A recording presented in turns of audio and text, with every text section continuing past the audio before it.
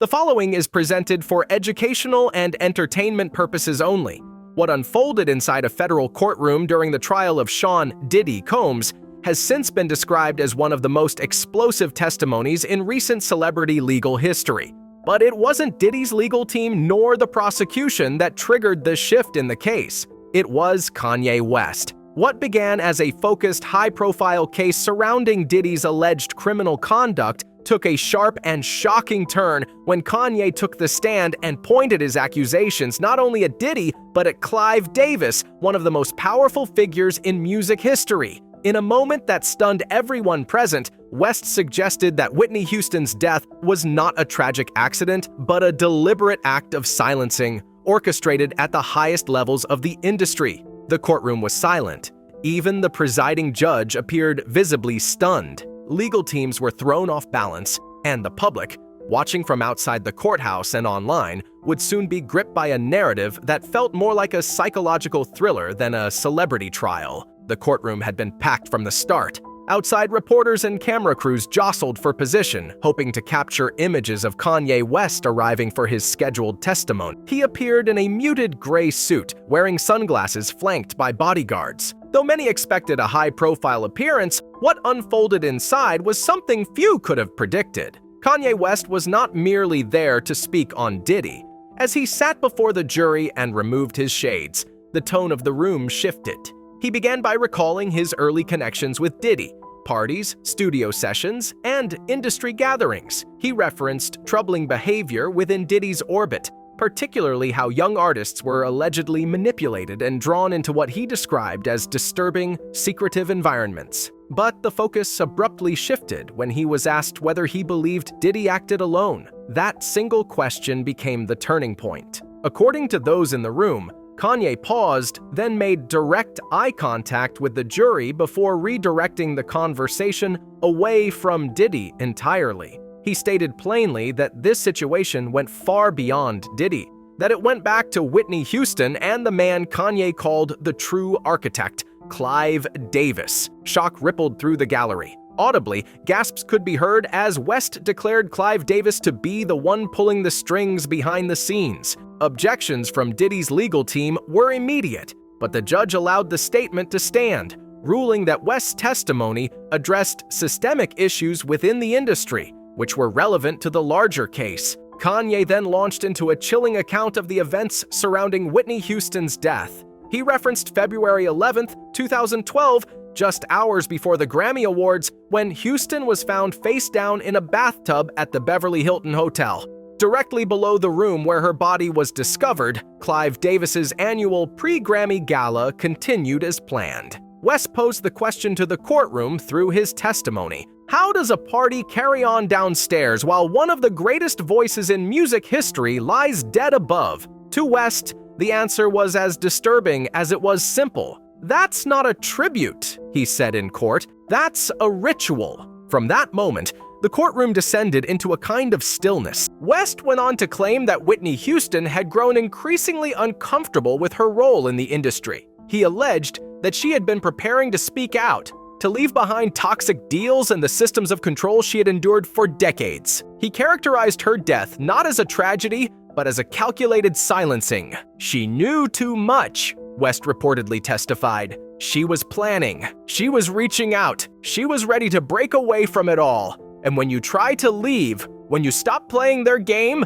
they take you out." His words triggered renewed outrage among observers. Some jurors reportedly leaned forward. Others, according to press in the room, appeared visibly shaken. What was meant to be testimony about Diddy's misconduct had evolved into a high-stakes exposé. West began to outline a broader theory, one involving not just Diddy, but a culture within the music industry built on silence and submission. He claimed Diddy had followed a playbook, and that the playbook came from Clive Davis. The testimony began to draw eerie parallels. Whitney's death, he said, bore too many similarities to those of Prince Michael Jackson and even Whitney's own daughter, Bobby Christina. According to West, Whitney had been trying to make contact with people she trusted in her final days. He referenced the now infamous clip from a televised appearance where she interrupted an interview involving Brandy and Monica, whispered something to Brandy, and handed her a note. That note, Kanye said,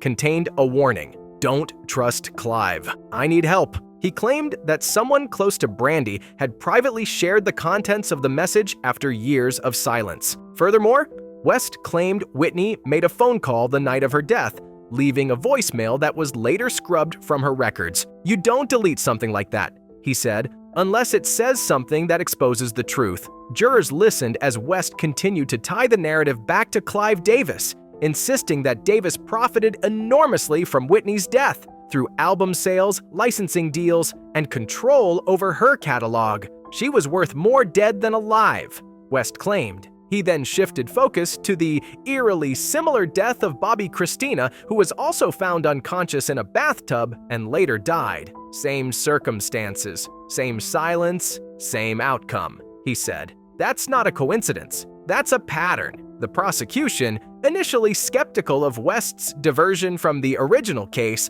allowed him to continue, citing the potential relevance to industry-wide abuse and influence. His testimony, while controversial, had forced open a new dimension of the case. Kanye's return to the stand the following day brought even more revelations. With a quieter, steadier tone, he suggested that Diddy himself may not have orchestrated the environments in question, but instead was acting under the influence of others. West named Fahim Muhammad, a former head of security for both Diddy and Michael Jackson, as a handler involved in facilitating the movements and decisions of high-profile artists. The implication was clear. The machinery of control extended beyond contracts and money. It involved personal protection, surveillance, and manipulation of artist behavior. Then came what many described as West's most jaw-dropping claim. I heard Michael's last phone call, West stated, and the name he mentioned wasn't Dr. Murray, it wasn't Sony, it was Clive Davis. Once again, the courtroom reacted with disbelief. As West stepped down from the stand, the prosecution introduced a forensic psychiatrist who had analyzed Whitney's final weeks. The expert testified that Houston exhibited signs of extreme paranoia, believing she was being followed, monitored, and targeted. In one interview replayed for the court, Whitney said, "They want to silence me." She didn't name names, but her expression, the expert noted, was one of deep personal fear. The Brandy interview was shown again, frame by frame. The note, the whispered word, repeated twice, drown. For years, fans had speculated. Now, the note's alleged contents echoed with chilling clarity. The courtroom then heard testimony from a former Clive Davis employee. She recalled overhearing a phone call the week of Houston's death. According to her, Clive said, "If she won't play ball, she's a liability. That's not my problem anymore." The quote could not be verified. But in a room already electrified by West's allegations, it landed like a thunderclap. The tone shifted once more as the prosecution played footage from the night of Clive Davis's pre-Grammy party. The camera panned across celebrities laughing, dancing, sipping champagne, all while Houston's body remained in a room upstairs. She had died just hours earlier. Hotel staff testified under oath that her body remained in the room for over 11 hours. Music executives, they said, were seen entering and leaving the suite before the party began. Their demeanor, one staffer stated, was calm, not shocked, not grieving, just calm.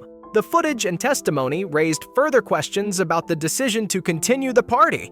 When Clive Davis was later asked if canceling the event had ever been an option, his answer was succinct.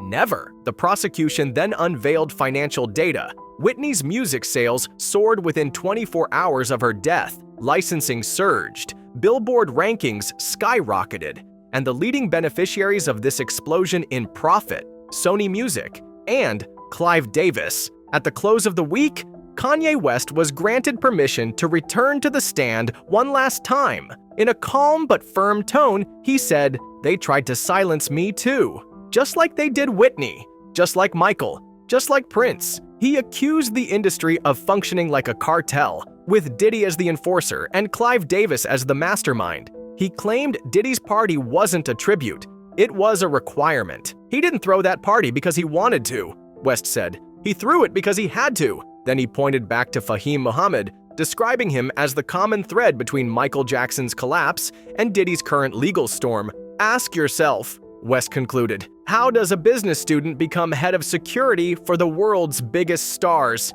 Either he's a genius, or he's part of something much, much darker. He closed with a message to the court. You painted Michael as crazy. You painted Whitney as broken. You're doing the same to me. But I'm still breathing, I'm still talking, and I won't be silent, because silence is how they win. As the gavel struck and the judge adjourned the session, the courtroom remained suspended in stunned stillness. Reporters flooded the exits. The jury filed out slowly. Diddy's legal team looked visibly shaken, and Kanye West's testimony, however controversial, had already taken on a life of its own.